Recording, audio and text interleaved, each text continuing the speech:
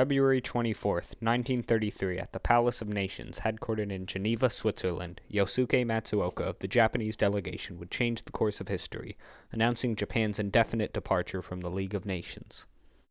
After giving their speech, the Japanese delegation left the hall, stating that they had no intention of returning.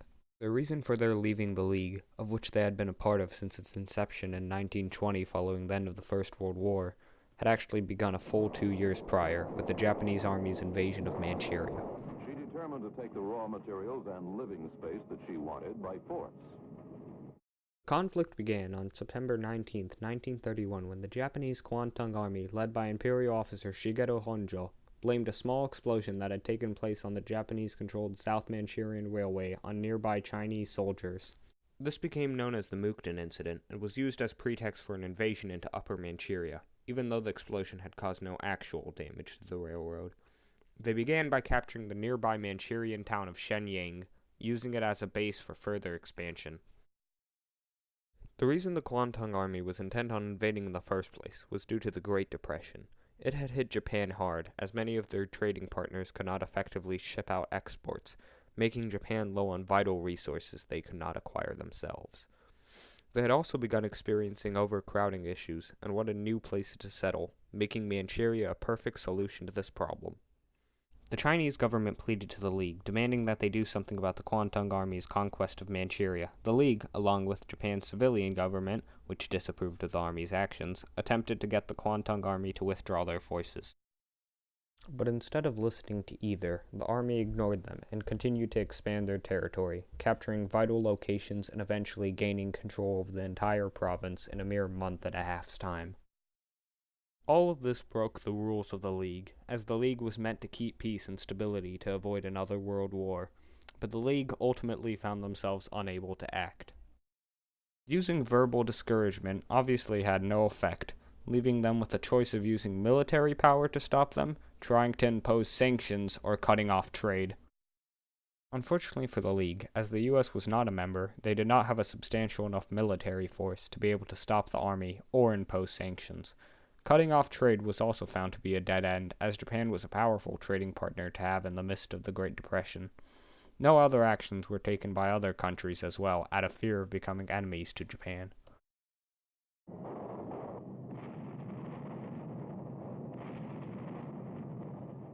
They were powerless to stop the Kwantung Army, and decided at the very least to send a commission of inquiry to investigate the entire Manchuria situation.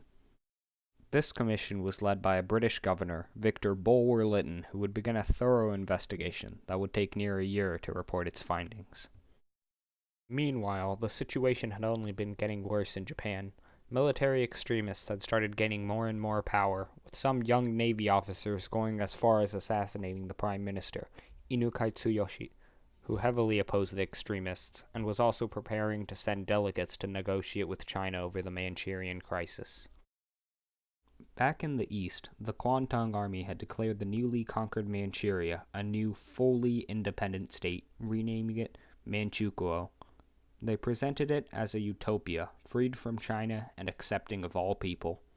They even appointed one of the old Qing dynasty emperors as leader, Henry Puyi.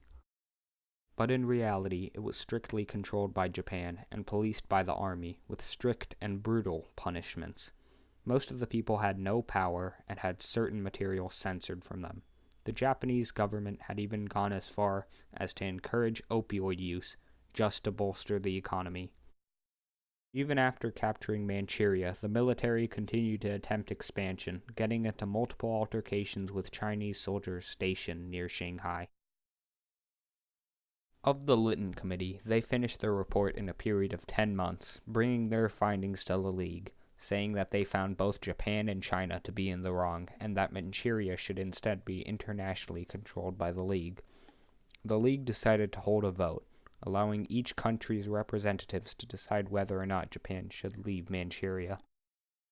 On February 24, 1933, 2 years after the Mukden incident, the vote was held, but before it began, Yosuke Matsuoka delivered a speech pleading Japan's case, attempting to justify their actions, stating that Japan had only hoped for peace in the East and that Manchukuo was already independent, though we now know that to be untrue.